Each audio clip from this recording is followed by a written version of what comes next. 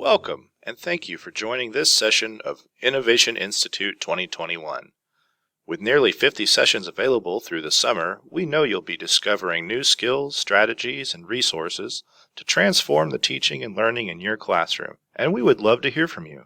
If you haven't already done so, please be sure to visit the Town Hall in Attendify to connect with the attendees through the activity stream or community features.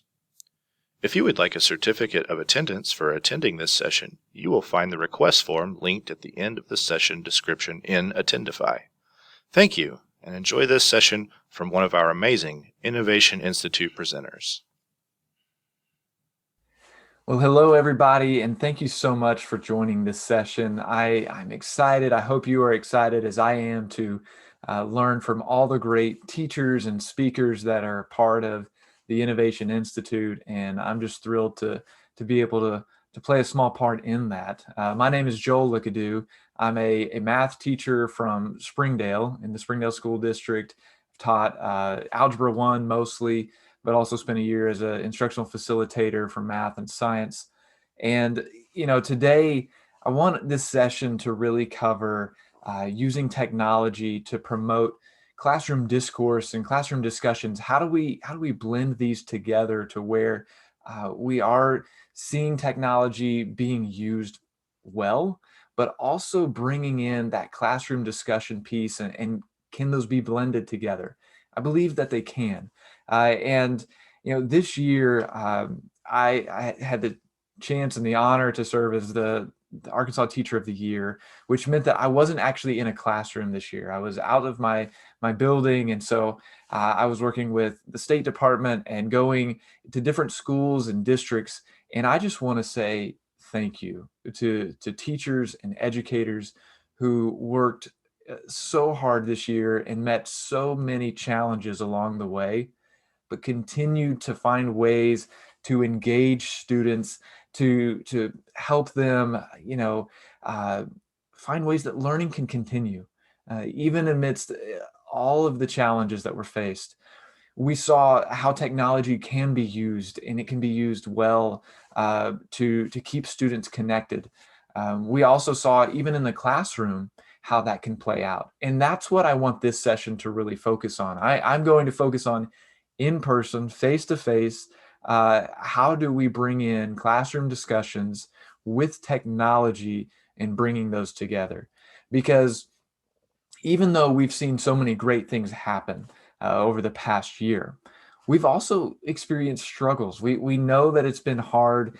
We know that a lot of times it has felt disconnected, to where students are doing work, and maybe they are even if they're in class. And we saw this pre-pandemic too, right? Where technology was being used, and if we weren't careful, it becomes very easy to see where students are working kind of in isolation, and it can be thought of, well, we're personalizing instruction, right? We want students to be able to go at their own pace, and all of those things are really good and really important. But one of the things I hope that we don't lose, and that we figure out how to bring through into the next year and into the future, is how those same concepts, how we can personalize instruction, how we can use technology effectively to still bring in the human element of learning. Because I think so much of learning is done by learning from each other and learning together. And whether that's through discussions, whether that's through written discourse, there's lots of ways that can happen. And we also know that every learner is different, right? Some students want to be working with others, and they want to be talking. Some may not. And blending all of that is such a challenge. That's one of the biggest challenges of teaching, is meeting the needs of all the learners and the different ways that they learn.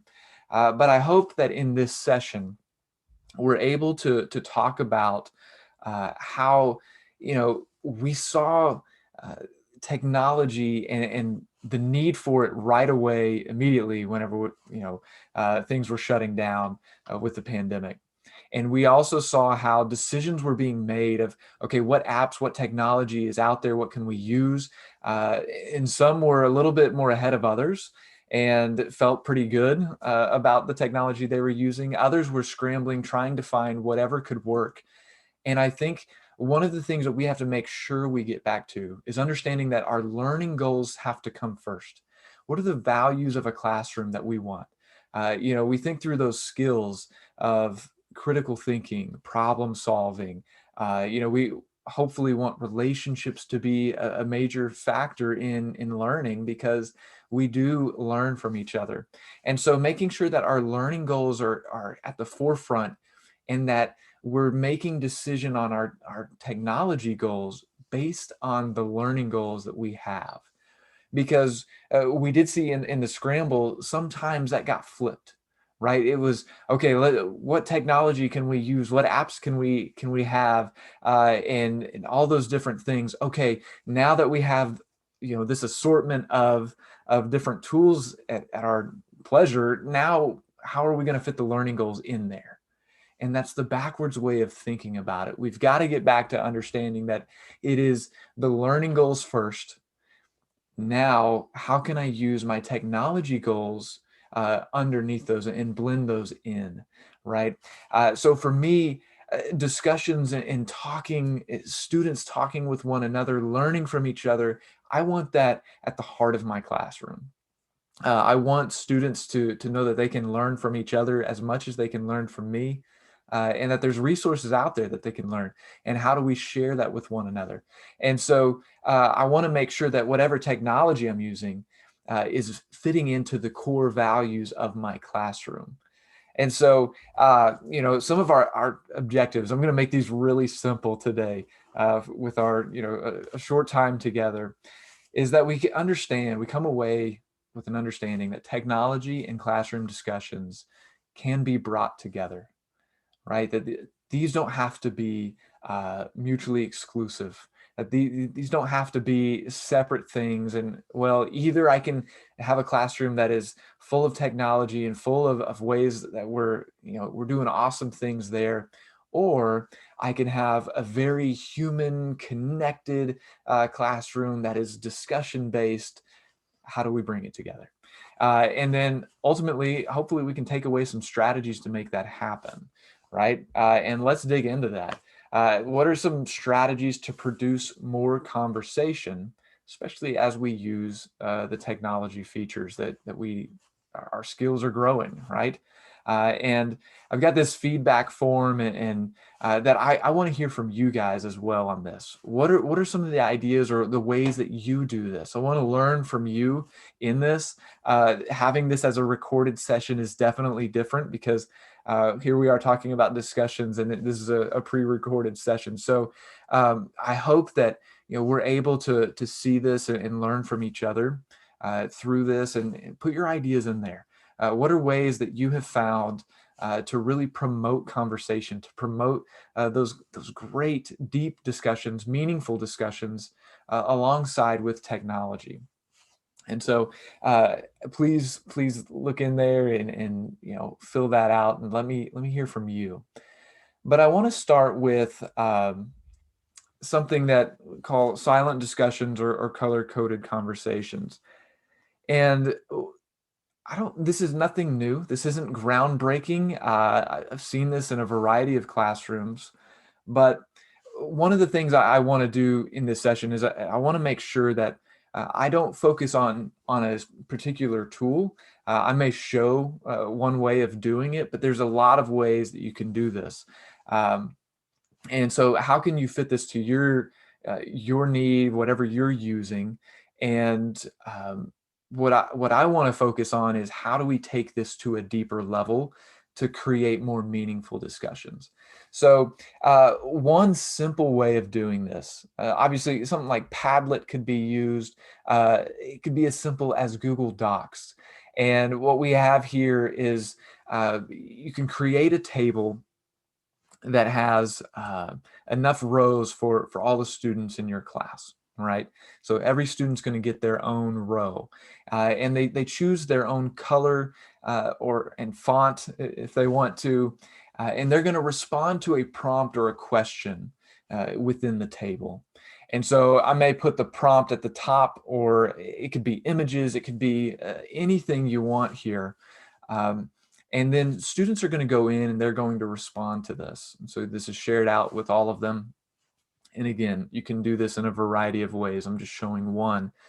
But as they go through, right? So I've got two graphs here. What do you notice about these two graphs? And you can see that, one student has chosen to write with, blue font right here, and they notice that both are functions, and that they're increasing. So here's a math example. What are you noticing about these two graphs? I like this kind of strategy to start that brainstorming, right? There's just a beginning and opening. Let's get in, let's do this, kind of get your brain going.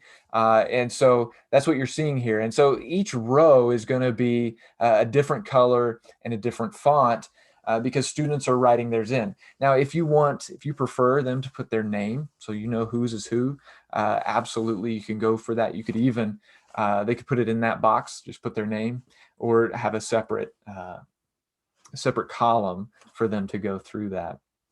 But you can see right here in this row, the student who wrote in purple has written something, but you can respond, right? Like we can start to create these conversations. So as students fill out their response to the prompt, now you're kind of creating that discussion board type where you have the replies. They can do it right within there, leave a little space, and they're responding. And so they disagreed with what the purple student wrote, and so they wrote in what they had. And so that can go through. Another way that you can do this, not only can it be content driven, but we can think about how are we setting up the learning for maybe a social and emotional skill, those learning skills that we want as a part of our class as well. And so you can have a content. You could also have, what does it mean to be an active listener, right? How can I show my group members today? How are you going to show them that you're being an active listener? So that's getting them set up again. So this is kind of framing the learning. We're getting ready to jump in, but before we jump in to group work, let's quickly think about, what does it mean to be an active listener, and how am I going to show that? So we can get through some of those things, right? And so they could be writing them down, and we've got that. Here's where I think is really important, is that not only do we have these questions, these prompts, and students are responding, I think to take it to that next level and to make sure that this doesn't end right here.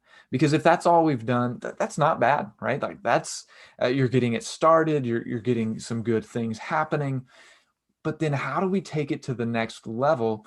I think we've got to think about our pre-planned questions that we're going to have in addition to these, right? So this is the starting prompt, this is the question. But now, as they've done this and that work has begun, where they're getting their brain active and warmed up, what are some things that we would want students to do next? And so that may be, they're doing this part individually, right? That they're going through and they're doing this individually. So next, what I want you to do is I want you to get with a partner, and you've read through some of these other people of what they've responded or how they've, and here's my next question. And we're going to take it to a little bit deeper depth of knowledge, right? Or we're going to dive in to make it a little bit more meaningful. And I think that is where we can have this blending of, yes, the technology is being used to create some conversation, but then we can lean into that, but we can also step back and say, okay, now let's have this secondary layer of discussion where we're actually discussing this with somebody face to face right here. Okay. So it could be with a group or with partners. And I think at that level, we want to go to that deeper DOK. So maybe, we had these graphs over here. Maybe it's creating a situation. Hey, with your partner or with your group that you've got now, I want you to create a situation real quick. Like what could model or what would be modeled by these graphs? What's something a scenario that could happen that would fit with these graphs? Okay, so now we're taking it to a deeper level. They've got warmed up some, but they're also creating that connection with each other. So we've leaned into the technology. We've now stepped back and we say, okay, let's have that discussion, right? Same thing with something like active listening. We can lean into the technology and say, all right, let's start creating this list of things or creating ways that we can do this. And now let's step back, and with your group, with your partner, I want you to practice some of these things as you're talking about maybe the content. And so now we're putting these together. That also is a great blend of both the academic content with these social emotional learning skills that we want to see put together, not as separate things, but how do we blend it together? And finally, on this one, I would also say I like this as a brainstorming warm up or as a reflection piece at the end. Something like write a question that you still have about what we learned today, and so they can put that in. Again, though, where I don't want us to stop, whatever tool you're using, right? There's a lot of ways you can do this. Is how do we bring this back up? And so we have to be thinking about that extra layer of planning so that we have those things in place to where we're going to a deeper level. And so we bring some of those questions back up to start the next day, and we have a discussion with students. And it's very strategic. It's planned. It's not, all right, let's just talk about a few of these, and we scroll through and say, oh, well, here's a question. Let's talk about this one. But we've actually got specific strategies that are going to be more of a routine that we get into. So that's kind of our first one. Let's jump into another one now. One of the things I think we have found to be most exciting in education, at least to me, is the ability that students now have and access to a variety of ways that they can show their learning. They can show they've mastered something, and really showcasing their creativity, right? Like students uh, can be empowered by getting to choose how they show their learning, and whatever they create and the different products that there are. So I mean, we can think from videos to websites to blogs and vlogs and infographics and podcasts, and the list goes on, right? And with all of these tools, we can think of just the amazing ways that students can showcase their learning, and that projects now within our classroom can be so much more, not only have that content element, but it can bring in some of these other skills that are so helpful, and I think will be beneficial in the future for our students too, being able to do some of these things. And what's amazing is how much they already know how to do. But quick story on just my own struggle with some of these things.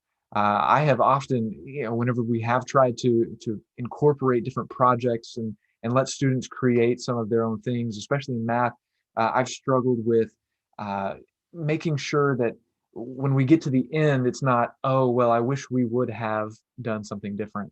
And that's what happens a lot, or has happened to me. And so one of the things I think that is really important, again, these creations, these tools, these different things are so great and can be beneficial. But what are we doing along the way to enable our students to learn from each other, to create that classroom discussion, so that it's not only reserved for the end of the project, the product, whatever they're creating? Because a lot of times we have students get in their groups, and this is me, hey, get with your groups today, work on your project. And we do that a few days. And then at the end, we say, okay, we want to share these out. And when they're sharing those out, that's when a lot of people are like, oh, well, I wish I would have known that. I wish I could have done that with mine. And so we've got to make sure that we're creating those spaces along the way and asking good questions for students to discover. So here's, three basic ones, right? Like nothing complex to these, but questions that students should be asking one another, asking of themselves, in answering those. And but then how can we create the space for almost think of like a jigsaw where you have these groups that are working together on a product, or maybe they're individual, and they spread out.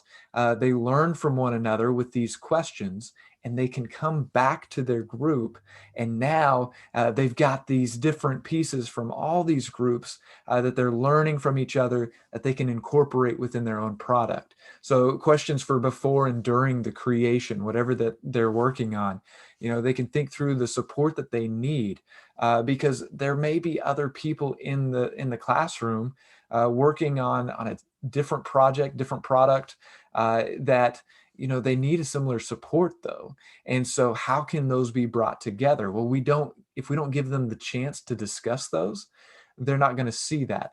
And then it's on us as the teacher to be able to know, okay, well, this group needs this group needs this. Oh, well, it's the same. And so that's a lot putting on that teacher. So can we have the students learning from each other and creating those opportunities? So where is this learning? Where can it take me? Okay, so thinking of the end in mind, like how are we going to determine if we're successful? So what does that look like? What are the elements there? So as students are asking themselves and asking one another those things, they can bring that back to their group after they've had those discussions.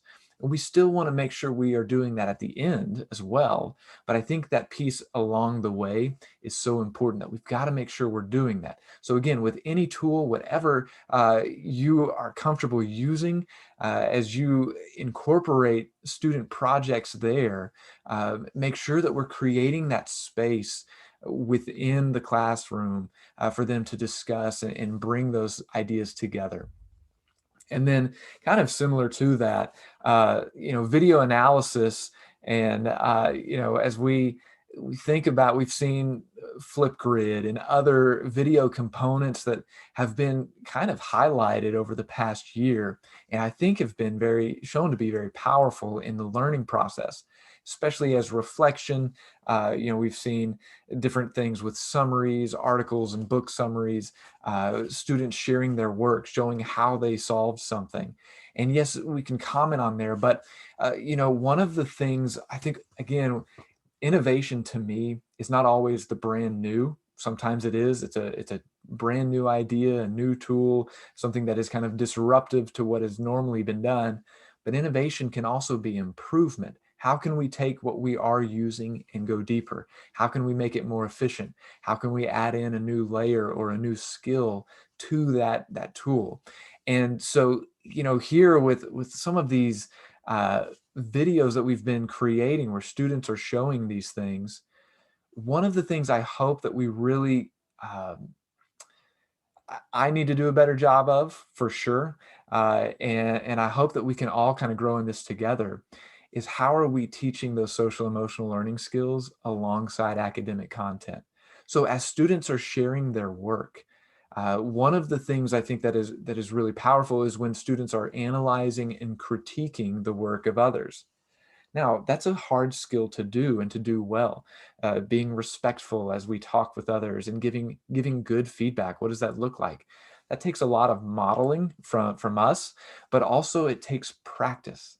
So giving students the opportunity to watch, their peers and giving peer feedback within these videos, but then focusing on the social pieces here too, of saying, what does it look like to give meaningful feedback? How can we do this respectfully if we disagree with the way somebody did something? How can we go about that? How can we make sure to praise one another's effort as we go through, while maybe we're kind of showcasing some differences in our thinking? And so teaching those skills alongside the academic content is where, to me, is where the power is at. And so we've got to create those spaces. So using Flipgrid or some tool like this, letting students showcase their work, but then adding that new layer of, you know what, we're going to watch an example of this, And then we're going to practice critiquing and giving feedback to our peers so that we can do that better as we go throughout the year. Without the practice, we're not going to get better. So let's do that. Let's dig in. And so those are just a few examples, few quick examples of ways that I think we can bring the technology components with the classroom discussions, how we do that, and also how we make sure that the infusion of technology is not a bad thing into our classrooms. And I think there's oftentimes the two competing thoughts are, it's either all technology, we're all in, everything we do is so tech based, or it's nothing at all. Because I'm somebody who really values that human connection. I want that there. So I've got to it's tech overload outside of my classroom. So here we're not going to do it at all. There can be a blend. I think there has to be a blend. How are we finding ways to promote that human connection with technology? Setting up spaces where we lean into the technology, we step out, we create classroom discussions. I think those are so important, because I really love this quote from Laurie DeSantos and Michael McKnight in their book, Unwritten. It says that deep learning is profoundly relational. Programs, curriculum, materials, and technology do not change people. People change people. And I don't think it's saying that technology doesn't matter, curriculum doesn't matter, because they absolutely do. We know that it does. But at the root of learning is a relationship, right? And we've seen that students want to be able to trust those they're learning from. I do. I want to be able to trust the people I'm learning from. And so we've got to make sure that we're creating those spaces. And I think we can use technology to do that. So, like I said, I hope that you will fill out some of your thoughts on the feedback form I have, that you can put your ideas. What are some specific strategies or ways that you have found to use some of these tools, different tech tools, that also promote conversations in your classroom? So I want to learn from you, and I hope that you can take something away from this session that we've had together. Thank you. Thank you for joining this session. To request a certificate of attendance, you can access the link at the bottom of the session description, scan the QR code here, or go to bit.ly/I2 certificate. Bit.ly shorteners are case sensitive, so please be sure to use all uppercase letters. Hear what insight other I2 attendees and presenters might have on this session and other breakout sessions by connecting with the Innovation Institute community on Facebook or Twitter at I2 Estale or in Attendify's interactive features. And don't forget to mark your calendar for June 8th and 9th to join us for I2 2022. Thank you.